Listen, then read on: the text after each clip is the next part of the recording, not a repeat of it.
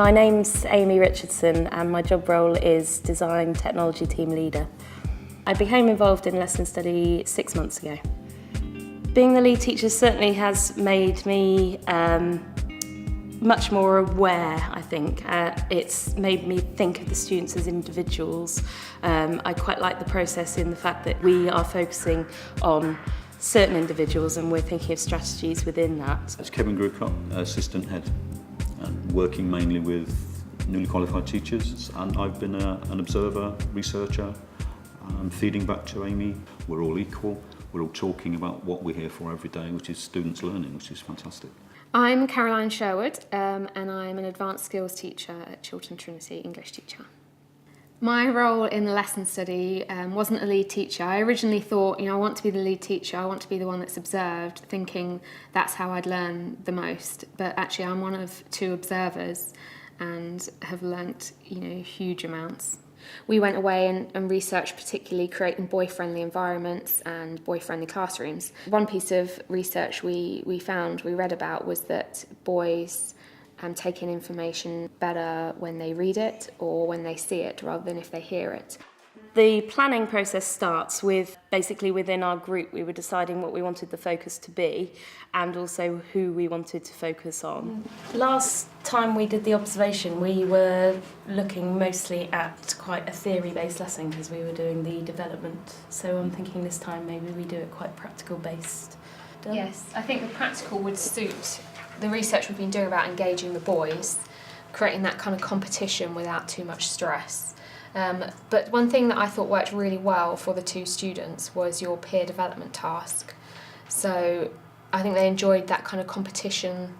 So if I gave no instructions whatsoever and it was about them following reading instructions and following diagrams, maybe images, to produce a product, a quality made product. I think you've got it spot on because obviously the research we looked at was that the boys struggle to take in that information if it's given to them verbally. This last time we were in his period 2, and one of them was clearly running out of gas. Yeah. He was yawning a lot, poor chap, and you discovered Yes, talking. we spoke to their form tutors and they don't eat breakfast. The form tutors rung home and suggested that they need to be eating breakfast because when we saw you lesson 2 it was just before breaks. They'd got through lesson 1 and they were slowing down in lesson 2, but today it's lesson 3 after break when they generally eat and drink, so it might be interesting to see if we notice a difference in them today.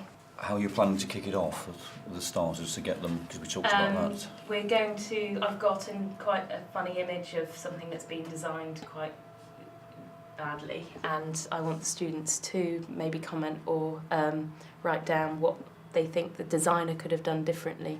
So it's immediately engaging them on those quality, the fact that quality checks are important throughout the design process. So at that stage in your starter, what should we be seeing, do you think, in the 2 students? I'd like both of those 2 boys actually to offer some kind of explanation of what could have been done differently. I think to get over how they were last time, yeah, it might be appropriate to get them to talk to another student about what they see. Yeah. Because they were willing, but certainly one of them wasn't really fully engaged, but he was looking at you all the time, and that was one of the things we were very privileged to see because it taught us a lot. That you assume everything's being received by everybody because they're looking at you, but actually we were both pretty clear that no one was at home with one of them. Yeah. And if they have to talk to somebody about the image, that might engage them very quickly.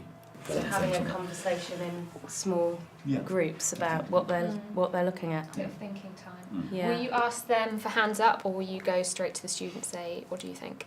I generally go straight to the students. Yeah. So do you think we should pick I should pick the 2? You're going to be using them again at the end, aren't you? Yeah. It tops and tails the lesson, doesn't it? So you started with them, you ended with them. Yeah. There's nothing untoward so they about could be that. one of. Yeah. Because hopefully they'll have quite a lot to say about it. I don't know. Or you ask their partner that they share with them at the start and then ask them at the end. Yeah. So if student A talks with the little one next to him, if that's the same seating plan, you ask the little one, then you ask the other one's partner to feedback, because presumably they'll be saying what the focus students have said to them. So, starter done. Starters. Where should we go from there? I'm then going to do a short demo. I think I'll need to just for one of the stations, just so that they know when they get to it what to do. But I'm going to keep that really brief. And then it's basically the different stages of making the product. They need to decide which order they need to do it in, and some might go to the station that actually should be done last. But that's just one of the quality checks that they'll have to do in their groups at the end, and I'm not going to intervene at all during the lesson. They need to follow the instructions and work through the development process of creating the product. What do you think we should be seeing from the students when they go around to the stations? I mean, what would be nice is if one of them picked it up and read it to the other people that had chosen that station. It would be nice to see the students helping each other. I think it'll be really interesting to see how student B works through this, because it's a little bit more independent, it's a little bit kind of away from you. And we saw last lesson student B, really desperate for some of your time. And I think in the end there was this 3-minute conversation you had with him, which is quite a long time in the lesson. So it'd be interesting to see how he deals with this without your support, without your reassurance. Yeah. We could create leaders towards the end in the quality control, the assessment part at the end of the lesson, when they've created the product and they need to actually look at how quality made it's been in the time that they've been given. So I could use possibly the 2 students to lead that group and have them as the quality control officers. It's a great way of checking if they followed right. They become your plenary, don't they? Really? Yeah. They become, this is what I've picked up. And if they don't get everything, maybe then you could throw in some of your brighter guys to actually supplement what the 2 have said. Yeah. And actually each individual could mark their own product against the quality checks that they write. So for the plenary. Last time, as you said, Karen. Are the students going to come up with their own criteria then? At the end on how to assess the quality of the product. Yeah. So they could do. Yeah.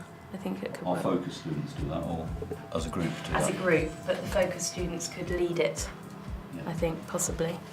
I think give it a try. Yeah? See if it works.